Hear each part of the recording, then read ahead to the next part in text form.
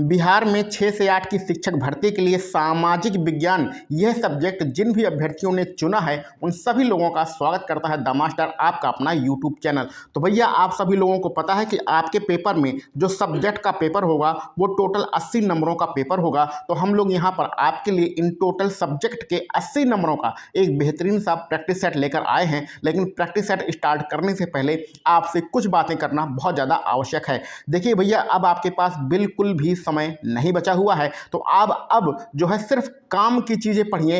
इधर उधर फालतू चीज़ें अगर आप पढ़ेंगे तो मेरिट में अपना नाम लाना बहुत ज़्यादा मुश्किल हो जाएगा। जैसे कि एक भाषा है, भाषा जो 30 नंबरों की आएगी, जो कि आपका अनिवार्य है, वो उसमें पासिंग मार्क सिर्फ 9 नंबर है। तो इसके चक्कर में बिल्कुल भी मत पड़िए। अगर तुक्का भी लगाएंगे तो भी आपका 30 में से 9-10 नंबर आ जाएगा। परेशान होने की यहाँ पर कोई आवश्यकता नहीं है। कुल मिला के भाषा आपको पढ़ना ही नहीं है, इसकी किताब भी अब आपको उठाना नहीं है। दूसरी बात करिए, आप 6 से 8 की तैयारी कर रहे हैं, यानी आपका जो टारगेट होना चाहिए वो टारगेट टोटल 70 नंबरों का होना चाहिए। अगर 70 नंबर आपके पेपर में आ जाते हैं तो यकीन मानिए आपका नाम मेरिट लिस्ट में रहेगा। 70 नंबर कहाँ से आएंगे? ये जो 80 नंबर का आपका सब्जेक्ट होने वाला है, इसमें कोशिश करिए कि आपके कम से कम 50-55 नंबर आ जाएं। और ये सामान्य अध्ययन, इसमें ढेर सारा आपका सब्जेक्ट है, बहुत बड़ा सिलेबस है सामान्य अध्ययन का, इसको भी बिल्कुल मत पढ़िए। अगर इसमें आप सिर्फ तुक्का लगाएंगे तो 40 में से 10 से 15 नंबर आ जाएंगे। यानी मोटा मोटा हमारा यहाँ पर जो रणनीति है, जो कि हमने अपने यूट्यूब चैनल पर डिटेल में बताई है, उसके अनुसार आपको सिर्फ सब्जेक्ट की तैयारी करनी चाहिए। 80 नंबरों में से कम 50 नंबर लाने की कोशिश करनी चाहिए। और सामान्य अध्ययन में आप थोड़ा बहुत पढ़ लेंगे और अगर तुक्का लगाएंगे तो भी आपके आराम से 10-15 नंबर आ जाएंगे। तो वहाँ से कुल मिला के आपका जो स्कोर पहुँचेगा वो आपका 50-55 आपका सब्जेक्ट में हो जाएगा और उस तरफ आपका 10 से 15 नंबर हो जाएगा। यानी कि आपका 65-70 स्कोर पहुंच जाएगा और आपका सिलेक्शन हो जाएगा। कहने का सीधा सीधा मतलब है कि अब बचे हुए समय में हमें सिर्फ वो चीज़ें पढ़नी चाहिए जहां से हम कम से कम पढ़कर ज़्यादा से ज़्यादा नंबर ला सकते हैं। तो वो आपको ज़्यादा से ज़्यादा नंबर सिर्फ आपको सब्जेक्ट में ही मिलेगा। चलिए आगे बढ़ते हैं, आज का अपना प्रैक्टिस सेट स्टार्ट करते हैं। आज का हमारा टोटल 6 नंबर का प्रैक्टिस सेट है। तो इससे पहले के प्रैक्टिस सेट अगर आप लोगों ने नहीं देखे हैं तो उसका जो है प्लेलिस्ट का जो लिंक है वो डिस्क्रिप्शन बॉक्स में दिया गया है, वहाँ से जाकर देख सकते हैं। और हमारा पहला प्रश्न आपके सामने है। और आपको एक बात और करना है कि आपके पास जो भी किताब हो, चाहे लूसेंट हो चाहे अरिहंत हो, कोई भी किताब हो, वहाँ से आपको डिटेल में पढ़ना है। यहाँ पर जो आप पेपर देंगे परीक्षा कक्ष में बैठकर, हम लोग उसी हिसाब से यहाँ पर प्रश्नों को सॉल्व करेंगे। किसी प्रश्न की डिटेल में व्याख्या नहीं करेंगे। आपके सामने जो प्रश्न आए फटाफट आपको उसका आंसर देते चलना है। और एक कॉपी पेन लेके बैठिए, वहां पर 1 से लेके 80 नंबर लिख लीजिए और फिर जो प्रश्न आपका सही होता है, जैसे आपने बताया इस प्रश्न का ये आंसर रहेगा, तो अपने मन से और फिर हमने जो बताया है तो उसको मिला लीजिएगा। जो सही रहेगा उसके आगे सही का निशान, जो गलत होगा उसके आगे गलत का निशान लगाते चलेंगे। तो टोटल आपको बाद में पता चलेगा कि हमारा स्कोर कितना जा रहा है, यानी 80 नंबरों में हमारी कितनी क्षमता है। ठीक है, तो ये सारे काम करना है। आपको वीडियो के अंत में अपना स्कोर भी बताना है। भैया अपने आप को पॉजिटिव रखिए, मोटिवेट रखिए, परेशान होने की कोई आवश्यकता नहीं है। बहुत सारे लोग लगातार मैसेज करते हैं व्हाट्सएप पे, उनको यही बताना चाहेंगे इस वीडियो के माध्यम से कि आपको भी पढ़ने का समय नहीं मिला है और किसी भी बच्चे को पढ़ने का समय नहीं मिला है। किसी का भी सिलेबस खत्म नहीं है, सबका सिलेबस आधा अधूरा ही है। तो अब आपको परेशान नहीं रहना है। जो हो गया सो हो गया, जितना पढ़ लिया पढ़ लिया। जो मेन चीज़ें पढ़िए जिससे ज़्यादा नंबर आपके आ सकें। तो बाकी बातें बाद में करेंगे, नहीं तो वीडियो बहुत ज़्यादा लंबी हो जाएगी। आगे बढ़ते हैं आज के अपने पहले प्रश्न पर। आपको बताना है कि महमूद गजनवी ने जब भारत पर आक्रमण किया था तो उसके साथ कौन आया था? तो महमूद गजनवी के साथ अल बरूनी आए थे। यहाँ पर अल बेरूनी लिखा है, तो अल बरूनी आपका विकल्प सी सही होगा। जो भी प्रश्न आपके सामने आए फटाफट आपको आंसर देते चलना है। अगर कॉपी पेन लेके नहीं बैठे हैं तो आप जो है कमेंट बॉक्स में भी लिख सकते हैं। आगे बढ़ते हैं। आज़ादी के समय भारत के पास कौन सी समस्या नहीं थी? तो कौन सी समस्या नहीं थी? देखिए समस्याएं तो बहुत सारी थी। देसी रियासत थी, उनका विलय भी करना था। शरणार्थी जो पाकिस्तान से आ रहे हैं उनको भी संभालना था। पुनर्वास उनके लिए रहने की व्यवस्था भी करनी थी। लेकिन समस्या नहीं थी नेतृत्व की, क्योंकि बहुत सारे नेता थे। ठीक है, नेता उस समय बहुत सारे थे, तो नेतृत्व की कोई समस्या नहीं थी। आगे हैं, यहाँ पर रानी गिंडालू की बात हो रही है। ने अंग्रेजी शासन के दमनकारी कानूनों को नहीं मानने का भाव जनजातियों में जगाकर गांधी जी के किस आंदोलन से जनजातीय आंदोलन को जोड़ने का प्रयास किया? तो ये गांधी जी के किस आंदोलन से प्रेरित थी रानी गिंडालू, ये आपको बताना है। बहुत ही फेमस इनका इतिहास रहा है और ये आपका सविनय अवज्ञा आंदोलन की यहाँ पर बात हो रही है। विकल्प बी यहाँ पर आपका सही रहेगा।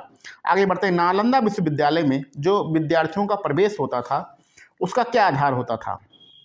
तो नालंदा विश्वविद्यालय में जो गेट कीपर होते थे वो इतने विद्वान होते थे, तो वही सवाल पूछकर किसको अंदर जाना है किसको बाहर करना है वो सारा डिसीजन लेते थे। तो यहाँ पर सवाल पूछकर उनके प्रश्नों उनका जो है प्रश्नों के द्वारा उनकी जांच करके ये सारे काम किया जाता थे और ये द्वारपाल जो होते थे वही ये सारे काम कर लेते थे। आगे बढ़ते हैं। अशोक के साम्राज्य में प्रशासन का सबसे जो बड़ा अधिकारी होता था वो कौन होता था? तो उसको हम लोग अशोक के शासनकाल में उस सबसे बड़े अधिकारी को कहते हैं अमात्य। गेहूं के प्राचीन साक्ष्य कहाँ से प्राप्त हुए हैं? तो गेहूं के जो प्राचीन साक्ष्य हैं वो आपके इन चारों विकल्पों में मेहरगढ़ आपका विकल्प सही रहेगा। अब कुछ बड़े बड़े प्रश्न आपके स्टार्ट हो रहे हैं, इसलिए हम यहाँ पर इसको छोटा कर लेते हैं। ठीक है, तो 7वें प्रश्न में आपका दिया गया है कि इसमें सही उत्तर कथन का चयन करना है। आपके 3 कथन हैं। पहला है रांची के स्तूप की बात हो रही है। इस तरह के स्तूपों का निर्माण कई सौ सालों तक चलता रहा, बिल्कुल सही है। इस स्तूप में ईंटों का प्रयोग क्षमता अशोक के समय का है, ये भी बिल्कुल सही है। जबकि रोलिंग और प्रवेश द्वार बाद के शासकों के काल में जोड़ गए, ये भी सही है। यानी कि सब सही है, सब सही है। तो हमारा यहाँ पर आपका विकल्प सी सही होगा। ये केवल यहाँ पर जो लिखा है ये गलत लिखा है, आपका विकल्प सी सही होगा। 1 2 3 सब सही। ठीक है, आगे बढ़ते हैं। मंगोलों के बारे में यहाँ पर बात हो रही है। मंगोल के बारे में आपके 3 कथन दिए गए हैं और तीनों कथन में बताना है कि आपका कौन सा कथन सही है। तो 8वें प्रश्न में हमारा, चलो पढ़ते हैं। हाँ, 8वें प्रश्न में लिखा है इतिहास में सबसे प्रसिद्ध पशुचारी और शिकारी संग्राहक जनजातियां मंगोलों की थी। तो ये सही है, सबसे अत्याचारी भी थे। आगे बढ़ते हैं। ये पूर्व एशिया, ये गलत है। ये पूर्व एशिया के नहीं थे, ये मध्य एशिया के थे। ठीक है, तो दूसरा वाला गलत हो गया। आगे बढ़ते हैं। चंगेज खान ने 1206 में मंगोल और तुर्की जनजातियों को एकता पैदा करके उन्हें एक शक्तिशाली सैन्य बल में बदल दिया। इसके उत्तराधिकारियों ने एक विशाल साम्राज्य खड़ा किया, यह बिल्कुल सही है। तो 1 और 3 हमारा सही है और 1 और 3 आपका दिया गया है विकल्प बी में। ठीक है, फटाफट करते हैं। यहाँ पर हम लोग अपने सारे प्रश्नों को फटाफट सॉल्व करेंगे, कोई यहाँ पर समय व्यर्थ नहीं करेंगे। तंजावुर से कुछ दूरी पर एक स्थान है, उस स्थान पर जो मूर्तियां हैं वो उत्तम कांस्य मूर्तियां तथा लंबे सुंदर घंटा धातु के दीप बनाते थे। तो जो मूर्तिकार होते थे वो इस प्रकार की मूर्तियां बनाते थे। तो इसमें सही उत्तर का चयन करना है कि तंजावुर से वो जगह कौन सी है जो कि कुछ दूरी पर है, तंजावुर से कुछ दूरी पर है। तो 9वें प्रश्न में उसका जो आंसर होगा वो स्वामी मलाई होगा। पहला वाला विकल्प आपका यहाँ पर सही है। 10वें प्रश्न में आपके 3 कथन दिए गए हैं, तीनों कथन में कौन सा कथन सही कथन का चयन करना है, कौन सा कथन सही है। ठीक है, तो देखो पहले में है राजस्थान के बूंदी में स्थित रानी जी की बावड़ी अपना स्थापत्य सुंदरता के लिए विख्यात है, बिल्कुल सही। रानी जी की बावड़ी का निर्माण 1699 ईस्वी में रानी नाथावत जी ने कराया था, ये भी बिल्कुल सही है। रानी जी की बावड़ी उस 50 बावड़ियों में सबसे बड़ी थी जिनका निर्माण पानी की आवश्यकता की पूर्ति के लिए किया गया था, यह भी सही है। यानी सब सही है, तो आपका यहाँ पर विकल्प डी वाला यहाँ पर आपका सही रहेगा। आगे बढ़ते हैं, हमें इसमें जोड़ा मिलाना है। चलो, कौन सा शब्द किससे संबंधित है ये हमें बताना है। पहले जोड़ा मिलाते हैं, विकल्पों को बाद में देखेंगे। तो व्यक्ति का मतलब होता है जबरदस्ती किसी से काम कराना। अल बेरूनी ने किताब लिखी थी जिसका नाम है किताब उल हिंद।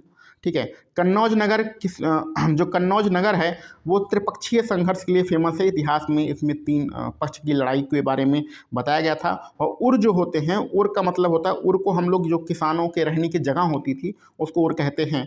तो यहाँ पर आपका जो जोड़ा बन रहा है वो 3 4 1 2 3 4 1 2 का आपका क्रम बन रहा है और 3 4 1 2 आपका विकल्प डी में दिया गया है। चलो आगे बढ़ते हैं 12 नंबर पर। 12 नंबर में आपको बताना है भारतीय उपमहाद्वीप के 7वीं से लेकर 12वीं शताब्दी के मध्य में शासन करने वाले निम्नलिखित प्रमुख राजवंशों की भौगोलिक स्थिति, ये 4 हैं। ठीक है, और इन चारों में क्या बताना है, उत्तर से दक्षिण कौन कौन था ये आपको बताना है। तो चलो उत्तर से दक्षिण देखें, ये 4 हैं। चारों में सबसे उत्तर कौन है, फिर उत्तर मतलब ऊपर, दक्षिण मतलब नीचे, ऊपर से हमें नीचे आना है। ठीक है, तो सबसे पहले ऊपर मिलेंगे गुर्जर, जो कि दिल्ली के आसपास का इलाका है, राजस्थान, ये आपका हरियाणा, ये पूरा जो इलाका है गुर्जर प्रतिहार यहाँ पर थे। ठीक है, उसके नीचे आएंगे तो आपको राष्ट्रकूट मिलेगा, उसके नीचे आएंगे तो आपको चोल मिलेंगे, और सबसे नीचे जो है साउथ इंडिया में केरल में वहाँ पर आपको पांड्यन मिलेंगे। तो कुल मिला के आपका जो विकल्प बना है 3 1 और 3142, 3142 ये आपका हमारा क्रम है। 3142 ये आपका कहाँ मिल रहा है? विकल्प डी में आपका मिल रहा है। ठीक है, आगे 13 नंबर पर एक कथन है। ये कथन किसने कहा था ये आपको बताना है। तो कथन में है कि अछूतों के विषय में बताया गया है कि अगर इन लोगों को शहर या बाजार के भीतर आना होता था तो सभी को आगाह करने के लिए लकड़ी के एक टुकड़े पर चोट करते रहते थे। यह आवाज़ सुनकर लोग सतर्क होकर अपने को छू जाने या किसी भी प्रकार के संपर्क से बचाते थे। तो ऐसा किसने कहा था? ऐसा कहा था हमारा फोनसियन ने। ठीक है, तो आपका यहाँ पर जो विकल्प सही होगा वो विकल्प, एक मिनट, हाँ, वो विकल्प आपका पहला वाला सही है। पहला वाला विकल्प आपका सही है। ठीक, ये चीन के तीर्थ यात्री थे, उन्होंने अपने वृत्तांत में ऐसा लिखा गया है। आगे बढ़ते हैं। भारतीय उपमहाद्वीप में अशोक के शिलालेख कई स्थानों पर प्राप्त हुए हैं और ये हमारे कुल मिला के 8 शिलालेख यहाँ पर दिए गए हैं। आपको बताना दक्षिण से उत्तर की ओर चलते हुए सही स्थानों का क्रम बताना है। तो दक्षिण मतलब सबसे नीचे और उत्तर मतलब ऊपर, तो नीचे से हमें ऊपर जाना है। ठीक है, तो चलो नीचे से ऊपर जाएं। ये प्रश्न कुछ ज़्यादा ही कठिन हो गया है, इतना कठिन खतरनाक अगर पेपर में आ जाएगा तो आप उसको छोड़ दीजिएगा, क्योंकि करना थोड़ा आपके लिए मुश्किल हो जाएगा। तो इसमें सबसे नीचे रहेगा, सबसे नीचे एरागुड़ी रहेगा। ठीक है, तो सबसे नीचे एरागुड़ी है, यानी कि पहला है। अच्छा एक मिनट, यहाँ पर विकल्पों को ध्यान से देखते रहिए। सबसे नीचे एरागुड़ी मिलेगा, उसके ऊपर जाएंगे तो सन्नति मिलेगा, यानी पहले 1 और फिर 4। 1 4 आपका कहाँ पर दिख रहा है? विकल्प डी में दिख रहा है, तो विकल्प डी आपका सही रहेगा। लेकिन चलिए पूरा आंसर बता देते हैं। ठीक है, उसके बाद और ऊपर जाएंगे तो जौगढ़ मिलेगा, और ऊपर जाएंगे तो पनघुरिया मिलेगा, और उसके ऊपर जाएंगे तो रूपनाथ मिलेगा। और ठीक है, रूपनाथ के ऊपर जाएंगे तो बहापुर मिलेगा, बहापुर के ऊपर जाएंगे तो कंधार, और सबसे ऊपर मिलेगा आपको लंपक। ये आपका पूरा क्रम रहेगा। ये अशोक के शिलालेख हैं। चलो आगे बढ़ते हैं 15 नंबर के प्रश्न पर। 2 आपको कथन दिए गए हैं, इनमें से कौन सा कथन सही है ये आपको बताना है। लगभग 2000 वर्ष पूर्व भारत पर सिकंदर का आक्रमण हुआ था, बिल्कुल सही है। उसका आक्रमण केवल पश्चिमोत्तर भारत तक सीमित था, यह भी सही है, यानी कि दोनों सही हैं, यानी कि आपका विकल्प सी यहाँ पर सही रहेगा। 16 नंबर पे बढ़ते हैं। तो ये जो है शिल्पकारी हेतु करते थे, तो मतलब धातुओं का प्रयोग जो शिल्पकार होते थे वो करते थे। तो कौन कौन सी धातुओं का प्रयोग करते थे ये बताना है। 6 धातुएं हैं, इनमें से किस धातुओं का प्रयोग करते थे? ठीक है, तो 16 नंबर के प्रश्न में हमारा जो हड़प्पा सभ्यता के लोग थे वो पत्थर का भी प्रयोग करते थे। शंख से भी बहुत सारी चीज़ें बनाई जाती थी। तांबा, कांसा, सोना, चांदी सब का इस्तेमाल करते थे, यानी हड़प्पा सभ्यता के लोग सभी धातुओं से परिचित थे। आपका विकल्प भी यहाँ पर, सॉरी डी विकल्प आपका यहाँ पर सही रहेगा। आगे बढ़ते हैं अपने 70 नंबर के प्रश्न पर। नवपाषाणिक वैश्विक स्थल चताल हुक कहाँ पर है? तो ये जो स्थान है ये वर्तमान समय में आपके तुर्की देश में है। विकल्प सी आपका यहाँ पर सही रहेगा। आगे भी आपका 4 कथन है, इनमें से कौन सा कथन सही है ये आपको बताना है। एक पुरापाषाणिक स्थल है जिसका नाम है हुंसी, तो ये इसके बारे में ये आपके 5 कथन हैं, पाँचों में से कौन सा कथन सही है ये आपको बताना है। देखो भैया, यहाँ पर पुरापाषाण युग के कई पुरा स्थल यानी पुराने स्थल प्राप्त हुए हैं, ये तो बिल्कुल सही है। दूसरे नंबर पे कुछ पुरा स्थलों से अलग अलग कार्यों में लाए जाने वाले कई प्रकार के औजार मिले हैं, यह भी हमारा सही है। ये आवास और उद्योग स्थल रहे होंगे, यह भी सही है। इनमें से कोई भी पुरा स्थल झरनों के निकट नहीं है, ये हमारा गलत है। बहुत सारे पुरा स्थल झरनों के निकट हैं। अधिकांश औजार चूना पत्थरों के बनाए जाते थे, तो यह भी सही है। तो कुल मिला के 1 2 3 और 5, तो 1 2 3 और 5 आपको मिल रहा है विकल्प सी में, तो यहाँ पर विकल्प सी आपका सही रहेगा। 19 नंबर पर चलते हैं। प्राचीन हस्तलिखित पुस्तकों को पांडुलिपि कहा जाता है। अंग्रेजी में पांडुलिपि के लिए कौन सा शब्द हम लोग प्रयोग में लाते हैं? तो पांडुलिपि मतलब होता है जो अपने हाथ से लिखा जाए, तो उसको हम लोग कहते हैं मैन्युस्क्रिप्ट, यानी कि पहला वाला विकल्प जो बिल्कुल आपका सही है। रॉलेट एक्ट कब पारित किया गया था? कब भारत में आया था इससे मतलब नहीं है, कब पारित किया गया था, तो ये विकल्प सी है। यहाँ पर 1919 की बात है, क्योंकि इसी के बाद आपका जलियांवाला बाग हत्याकांड हुआ था। किस समुदाय के लोग लोहा बनाने में माहिर थे?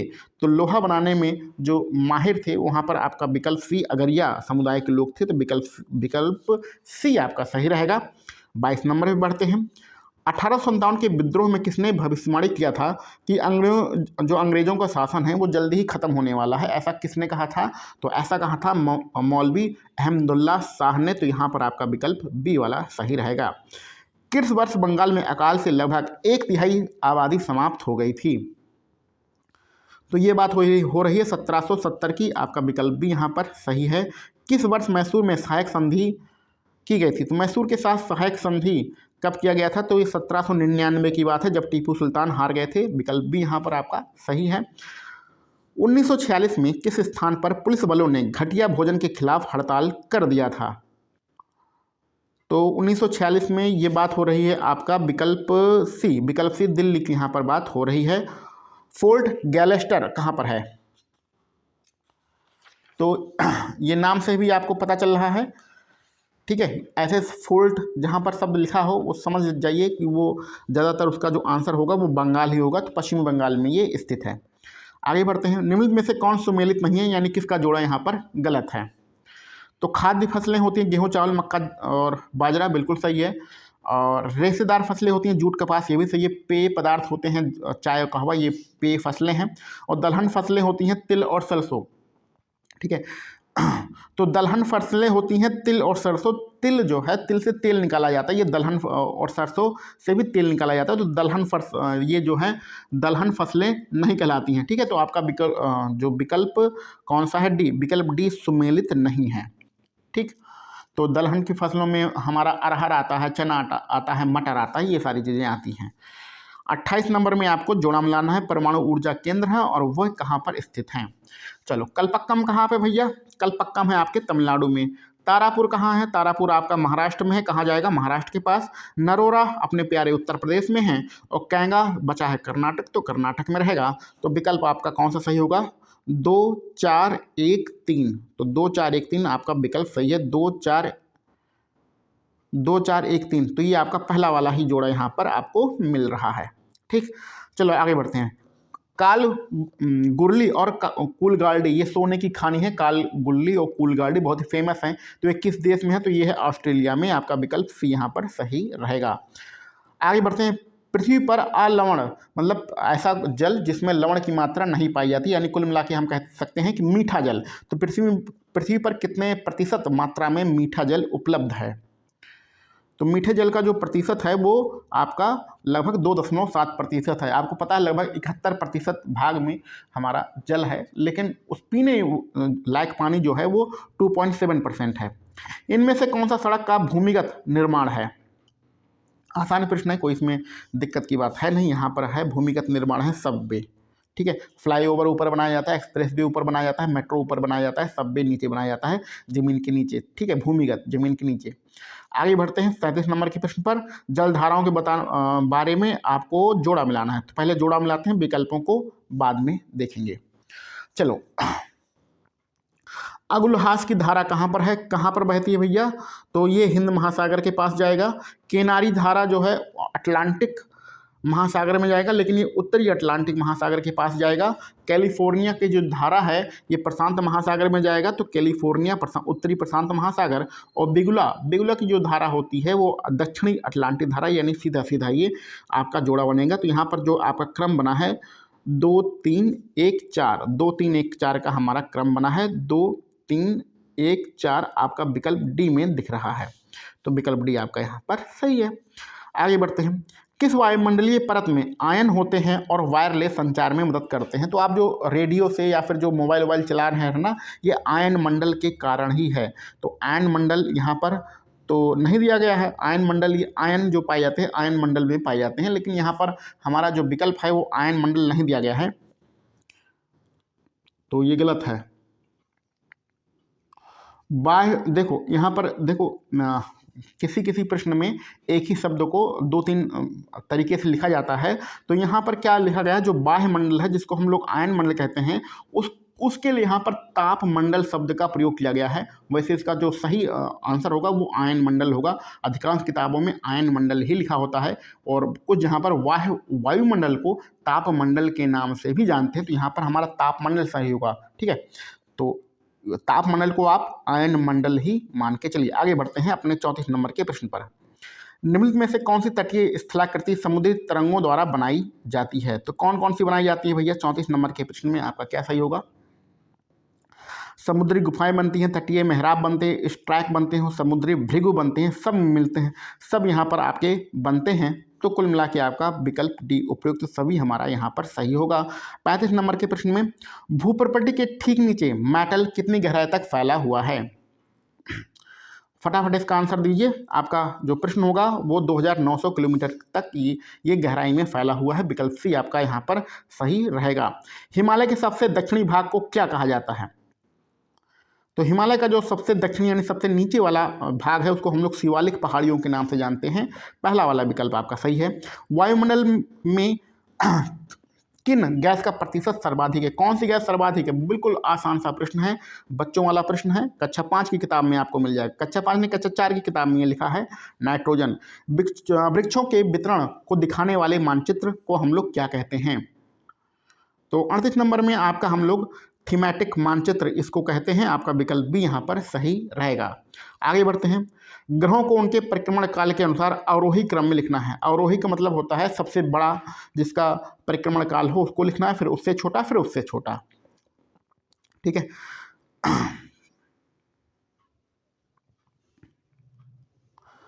स्टार्ट करें।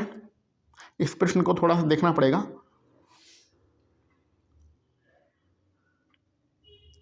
तो देखो, तो यहां पर आपका क्या सही होगा?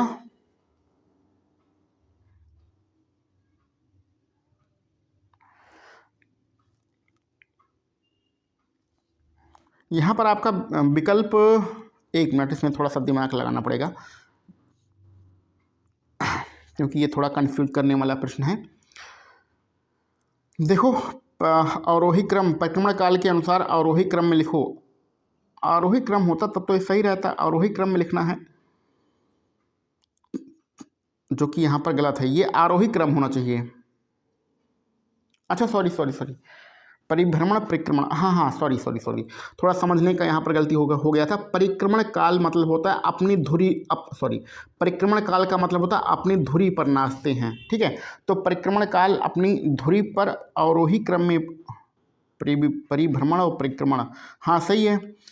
तो अवरोही क्रम में लिखना है। तो इसमें थोड़ा सा कन्फ्यूजन है, इसको आप प्रश्न को देख लीजिएगा किताब से। ठीक है, इसमें क्योंकि ये अभी याद मुझे नहीं आ रहा है तो इसको आप प्रश्न पे देख लीजिएगा। लेकिन यहाँ पर जो आपका विकल्प दिया गया है वो आपका विकल्प बी दिया गया है, लेकिन इसको एक बार आप चेक कर लीजिएगा। ठीक है, इसको आप गूगल से एक बार सर्च चेक कर लीजिएगा कि किस ग्रह का कितना परिक्रमण काल होता है।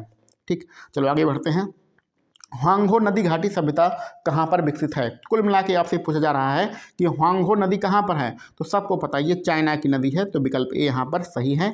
स्वर्णिम चतुर्भुज योजना किसके अंतर्गत आती है? तो स्वर्णिम चतुर्भुज योजना के अंतर्गत हम लोग क्या करते हैं कि सड़कों को एक जाल पूरे देश में बिछाया गया है। तो 41 नंबर में ये सड़कों का जाल है जहाँ पर हाईवे बनाए जा रहे हैं। तो विकल्प बी आपका सही रहेगा। सेलम लौह इस्पात केंद्र कहाँ पर है? तो सेलम जो है वो आपका तमिलनाडु में है। तो कहाँ पर है तमिलनाडु? पहले वाले विकल्प में ही दिया गया है। जूट की फसल मुख्य रूप से कहाँ पर होती है? तो ये किशनगंज और पूर्णिया जो ज़िले हैं वहाँ पर, हमारे जो आपके बिहार के ही ज़िले हैं वहाँ पर ये फसल मुख्य रूप से होती है। एल्यूमिनियम किस खनिज से प्राप्त होता है? तो एल्यूमिनियम जो है वो हमारा बॉक्साइट, विकल्प बी आपका सही रहेगा, बॉक्साइट से प्राप्त होता है। आगे बढ़ते हैं। रासायनिक दृष्टि से जल किसका संयोजन होता है? तो जल सबको पता है, इसमें कौन सी बात है? हाइड्रोजन और ऑक्सीजन। कहाँ पर है, कौन से विकल्प में है? सी में आपका दिख रहा है। तो H2 और O2 का कॉम्बिनेशन होता है जल, तो विकल्प सी से रहेगा। कैटरीना क्या है? तो कैटरीना ये हीरोइन का नाम मत समझिएगा, कैटरीना एक चक्रवात का नाम है। तो विकल्प ए यहाँ पर सही है। नखलिस्तान का क्या अर्थ होता है? तो इसका अर्थ होता है रेगिस्तान में हरियाली व जल वाला क्षेत्र, जहाँ पर थोड़ा बहुत पानी पाया जाता है, थोड़ा बार हरा भरा वातावरण होता है, उसको हम लोग नखलिस्तान कहते हैं। रेगिस्तान में अगर ऐसा पाया जाता है। छोटा नागपुर क्या है? छोटा नागपुर का पठार, ये आपने पढ़ा ही होगा, ये आपके महाराष्ट्र में पाया जाता है। तो छोटा महाराष्ट्र से लेके जो मध्य प्रदेश और छत्तीसगढ़ ये सब जाते हैं, तो यहाँ पर आपका छोटा नागपुर का पठार पाया जाता है। जरासंध का अखाड़ा कहाँ पर है? तो 49 नंबर के प्रश्न में ये है आपका राजगीर में। तो पहला वाला विकल्प ये सही रहेगा। मानचित्र में मैदान को कैसे दिखाते हैं? तो मानचित्र में जो मैदान होता है, क्योंकि वहाँ पर घास होती है इसलिए उसको हरे रंग से दिखाते हैं। विकल्प सी सही रहेगा। पठार के ऊपर की सतह कैसी होती है? तो पठार में जो ऊपर की सतह होती है वो बिल्कुल सपाट होती है, जो पर्वत होता है वो नुकीला होता है। ठीक है। पृथ्वी अपने अक्ष पर कितना झुकी है?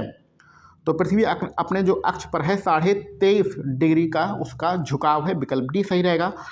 आगे बढ़ते हैं, इसमें आपके 53 नंबर पे 1 2 3 हाँ 3 कथन दिए गए हैं, इनमें कौन सा कथन सही होगा ये आपको बताना है। चलो आगे बढ़ते हैं। भारत के प्रत्येक राज्य में एक विधानसभा है, हर राज्य कई निर्वाचक क्षेत्रों में बटा अच्छा सॉरी ये असत्य, कौन सा गलत है ये आपको बताना है। ठीक है। तो भारत के प्रत्येक राज्य में एक विधानसभा है, बिल्कुल सही है। हर राज्य कई निर्वाचक क्षेत्रों में बटा हुआ है, बिल्कुल सही है। प्रत्येक निर्वाचक क्षेत्र में जनता एक प्रतिनिधि चुनती है जो विधानसभा का सदस्य यानी कि विधायक, जिसको हम लोग MLA कहते हैं, होता है, बिल्कुल सही है। चुनाव के में लोग अलग अलग पार्टियों के नाम से खड़े होते हैं, इसलिए वे विधायक अलग अलग राजनीतिक दलों के होते हैं, ये भी बिल्कुल सही है। तो इसमें गलत कुछ है ये नहीं है। जब गलत कुछ नहीं है तो इसमें से कोई भी गलत नहीं है, यानी कि विकल्प डी हमारा सही रहेगा, क्योंकि हमें गलत ढूंढना था। आगे हमारा कथन है और उसका 2 कथन है, उनमें से कौन सा सही होगा ये आपको बताना है। ठीक है। तो पहले कथन में है, हमारे संविधान के अनुसार लोगों के हित को सुनिश्चित करना और सबको स्वास्थ्य सेवाएं प्रदान करना सरकार का प्राथमिक कर्तव्य है, बिल्कुल सही। भारतीय संविधान में स्वास्थ्य का अधिकार हमारा मौलिक अधिकार है। स्वास्थ्य के अधिकार को जीवन का अधिकार, जिसको आर्टिकल 21 के अंतर्गत समाहित किया गया है, यह भी बिल्कुल सही है। दोनों सही हैं। तो दोनों सही कहाँ पर दिया गया है? आपका विकल्प सी में दिया गया है। ठीक, चलो आगे बढ़ो। 55 नंबर के प्रश्न पर इसमें आपके 3 कथन हैं, तीनों में से बताना है कौन सा सही है। तो समानता के अधिकार को लागू करने के संदर्भ में आपके 2 कथन है, सॉरी। तो चलो फटाफट इसको बताते हैं। भारतीय शासन में समानता के अधिकार को कानून, अच्छा देखो कभी कभी जल्दबाजी में गलत हो जाता है, इसमें से कौन सा गलत है ये आपको बताना है। ठीक है। तो समानता के अधिकार को कानून द्वारा लागू किया गया है, बिल्कुल सही। भारतीय शासन ने समानता के अधिकार को लागू करने के लिए अनेक कल्याणकारी योजनाएं चलाई हैं, यह भी बिल्कुल सही है। यानी दोनों सही हैं, गलत कुछ भी नहीं है। तो गलत कुछ भी नहीं है, तो ना तो ए और ना तो 2, ये हमारा सही रहेगा। ठीक है, यानी कि इसमें से कुछ भी आपका गलत नहीं है। 1 मिनट का समय दीजिए, पानी वानी पी लेते हैं। आगे बढ़ते हैं। भारत के जनहित याचिका PIL से जुड़े मामलों के संदर्भ में निम्नलिखित कथनों पर हमें विचार करना है। इसको आप लोग फटाफट पढ़ो और फिर इसमें बताओ कौन सा आपका गलत, क्या सही है गलत है, सही कौन सा आपका सही है। तो 56 नंबर में आपका कौन सा सही है ये आपको बताना है। आप लोग एक बार ध्यान से कथनों को देख लीजिए। तो 56 नंबर में हमारा यहाँ पर तीसरे नंबर में देखिए, भोजन का अधिकार, एक मिनट, सही नहीं है, यानी गलत हमें ढूंढना है। ठीक है। तो गलत आप ढूंढेंगे तो यहाँ पर आपको तीसरा वाला विकल्प देखिए, भोजन का अधिकार आर्टिकल 19 के अंतर्गत अभिव्यक्ति की स्वतंत्रता के अंतर्गत न्यायालय द्वारा दिया गया है। ये जो कथन है तीसरा नंबर वाला, ये गलत है। ठीक है। तो भोजन का अधिकार जो है आपको आर्टिकल 21 के अंतर्गत दिया गया है, 19 के अंतर्गत नहीं दिया गया है, यानी कि आपका तीसरा वाला गलत है। और तीसरा वाला कहाँ पर है? तीसरा वाला आपका विकल्प बी में है। तो विकल्प बी इस प्रश्न का सही आंसर होगा।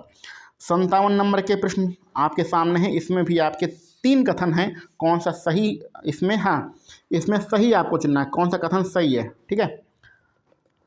चलो 57 नंबर के प्रश्न में आपका सही क्या सही होगा? ये हमारे धार्मिक स्वतंत्रता के बारे में यहाँ पर बात हो रही है, धर्मनिरपेक्षता के जो उद्देश्य हैं उनकी यहाँ पर बातें हो रही हैं। तो पहला कथन है, कोई भी एक धार्मिक समुदाय किसी दूसरे धार्मिक समुदाय को ना दबाए, बिल्कुल सही है। कुछ लोग अपने ही धर्म के सदस्यों को ना दबाएं, यह भी सही है। राज्य ना तो किसी खास धर्म को थोपेगा और ना ही लोगों की धार्मिक स्वतंत्रता छीनेगा, यह भी बिल्कुल सही है। यानी तीनों सही हैं, यानी कि सभी कथन यहाँ पर हमारा सही है। तो विकल्प डी यहाँ पर हमारा सही रहेगा। 58 नंबर के प्रश्न में भी आपके 4 कथन दिए गए हैं और चारों कथनों में कौन सा सही होगा ये आपको बताना है। तो इसको आप ही लोग जरा फटाफट देख लीजिए हमारा इसमें क्या सही होगा। एक बार ध्यान से सारे कथनों को पढ़ लीजिए। तो देखो, संघवाद से तात्पर्य है कि देश एक से ज़्यादा स्तर की सरकारों का होना, बिल्कुल सही है। संघवाद का अंतर्गत राज्य केवल केंद्रीय सरकार के प्रतिनिधि नहीं होते हैं, बल्कि उन्हें भी संविधान से ही अपनी ताकत और अधिकार मिलते हैं, यह भी हमारा सही है। हमारे संविधान में त्रिस्तरीय शासन व्यवस्था की गई, जिसमें केंद्र सरकार, राज्य सरकारें और स्थानीय सरकार हैं। तो 3 स्तर की हमारी शासन व्यवस्था है, ये भी बिल्कुल सही है। कार्य क्षेत्र की स्पष्टता के लिए संविधान में कोई वर्णन नहीं किया गया, ये भैया गलत है। सबका कार्य क्षेत्र अलग अलग बता दिया गया है, विधायिका, कार्यपालिका और न्यायपालिका सबका अलग अलग है। तो हमारा 1 2 3 हमारे सही हैं। तो 1 2 3 आपको कहाँ पर है? विकल्प सी में आपका दिख रहा है, तो विकल्प सी आपका सही रहेगा। आगे बढ़ते हैं, अपने 59 नंबर के प्रश्न पर चलते हैं। अनुसूचित जाति और अनुसूचित जनजाति अधिनियम कब पारित किया गया था? तो 59 नंबर के प्रश्न में हमारा ये 1989 की यहाँ पर बात है, तो विकल्प बी यहाँ आपका सही रहेगा। हिंदू उत्तराधिकार अधिनियम 1956 संशोधन कब किया गया था? तो हिंदू उत्तराधिकार अधिनियम 1956 में जो संशोधन किया गया था वो 2005 में किया गया था, तो विकल्प बी यहाँ पर आपका सही है। प्रश्नकाल के संदर्भ में अब आपका पॉलिटी यहाँ से चालू हो जाता है। तो प्रश्नकाल के संदर्भ में निम्नलिखित कथनों पर विचार करिए। अच्छा, इससे पहले भी पॉलिटी चल ही रहा था, ठीक है। तो आपके 4 कथन हैं, इनमें से कौन सा सही है ये आपको बताना है। तो चलिए फटाफट इसको देखिए। 61 नंबर के प्रश्न में पहला है, यह कार्यपालिका को नियंत्रित करने का माध्यम है। तो यह कार्यपालिका को नियंत्रित करने का माध्यम, ठीक है, इसमें सारे प्रश्न पूछे जाते हैं, तो ठीक है, सही है। सदन की बैठक का पहला घंटा निर्धारित होता है, ये भी सही है। विशेष महत्व के विषय पर तथ्य की जानकारी प्राप्त की जाती है, ये भी बिल्कुल सही है। लोकतंत्र के स्वास्थ्य हेतु महत्वपूर्ण है, ये भी सही है। यानी सब सही है, तो सब सही है, तो हमारा नीचे वाला सभी विकल्प सही रहेगा। सभी का चयन करना था, सही विकल्प का चयन यहाँ पर आपको करना था। आगे बढ़ते हैं, सार्वभौमिक वयस्क मताधिकार से क्या आपका संबंध है, ये आपको बताना है। 4 कथनों में, और इनमें से कौन सा सही होगा यही आपको बताना है। देखो, सभी वयस्कों को वोट देने का अधिकार है, गलत। सभी वयस्क नागरिकों को वोट देने का अधिकार होता है। ऐसा नहीं कि कोई पाकिस्तान से आ जाए और फिर भारत में कह दे हम तो 18 के ऊपर है, हमें वोट दो, ऐसा नहीं। भारत का नागरिक ही वोट दे सकता है। दूसरे नंबर में लिखा गया है, सभी वयस्क नागरिकों को वोट देने का अधिकार, बिल्कुल सही है। वयस्क होना चाहिए, यानी 18+ होना चाहिए, और भारत का नागरिक होना चाहिए। संपूर्ण नागरिकों को वोट देने का अधिकार है, गलत। संपूर्ण नहीं, संपूर्ण में तो 18 से कम वाले भी हो जाएंगे, तो यह भी आपका गलत है। इसमें से कोई नहीं, यह भी आपका गलत है। तो दूसरा वाला आपका सिर्फ सही है, और केवल 2 आपको दिख रहा है विकल्प डी में, तो विकल्प डी आपका यहाँ पर सही रहेगा, ठीक है ना। तो आप 18+ होने चाहिए और भारत के नागरिक होने चाहिए, तभी आप वोट दे पाएंगे। आगे बढ़ते हैं, धर्मनिरपेक्षता के संदर्भ में 3 कथन आपके पास हैं, और इनमें से कौन सा सही है ये आपको बताना है। थोड़ा सांस ले लेते हैं।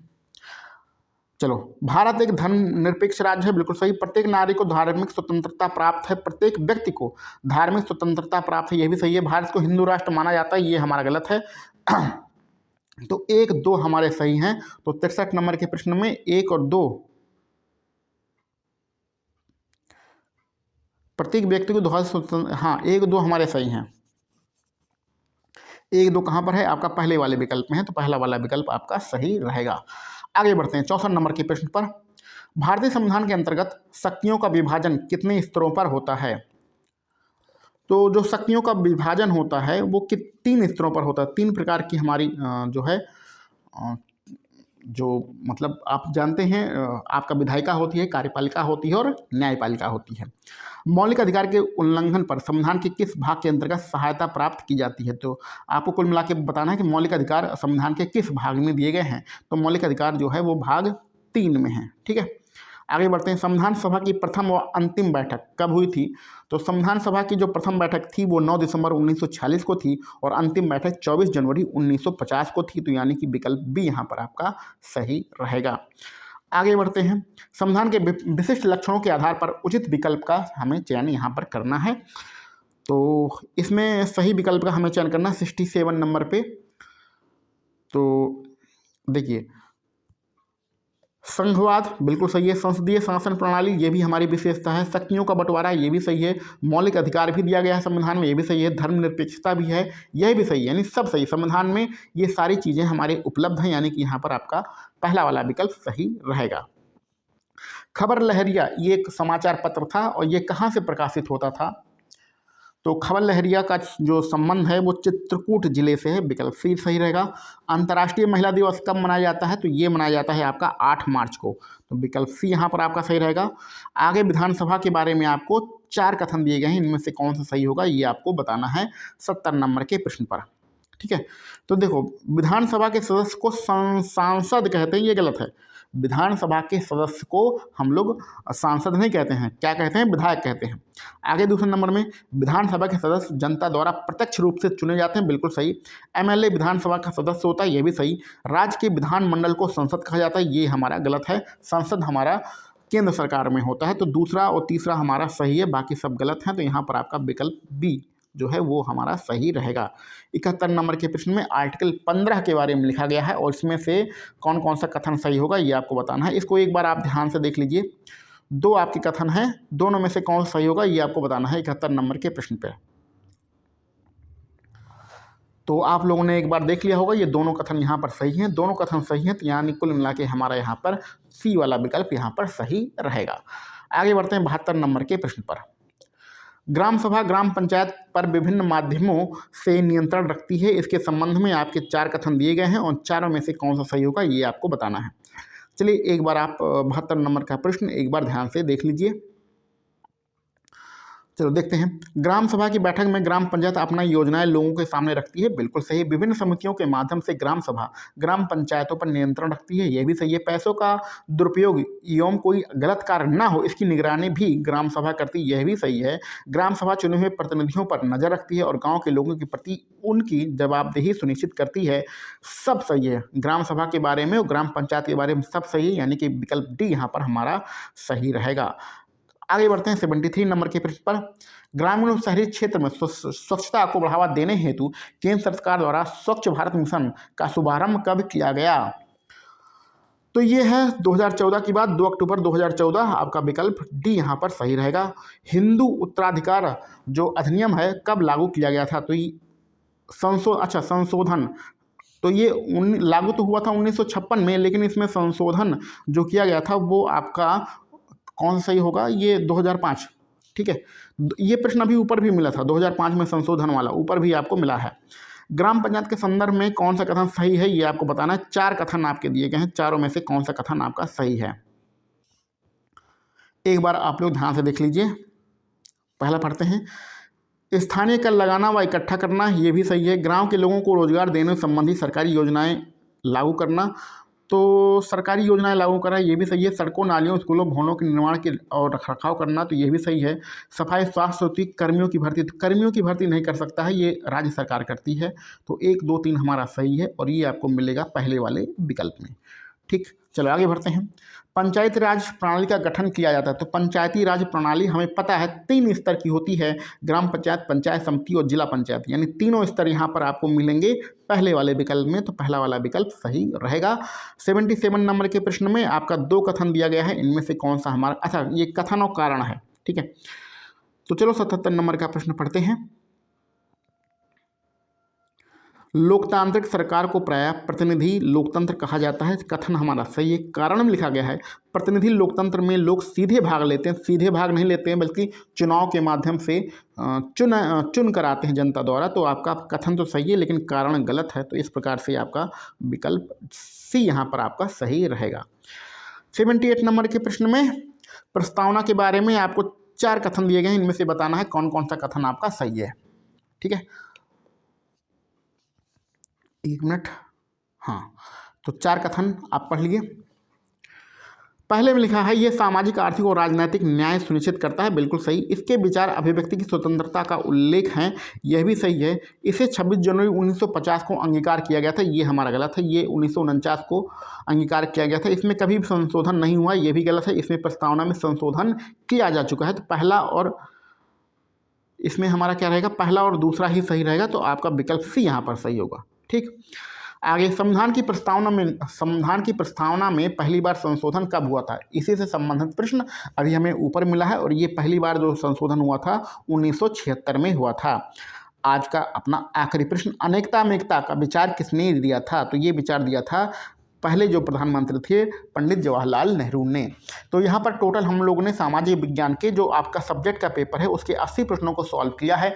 इन 80 प्रश्नों में आपके कितने प्रश्न सही हो रहे हैं कमेंट बॉक्स में जरूर बताइएगा। और हाँ भैया, रोज इसी प्रकार से प्रैक्टिस सेट लगाने के लिए इस यूट्यूब चैनल को सब्सक्राइब जरूर कर लीजिए।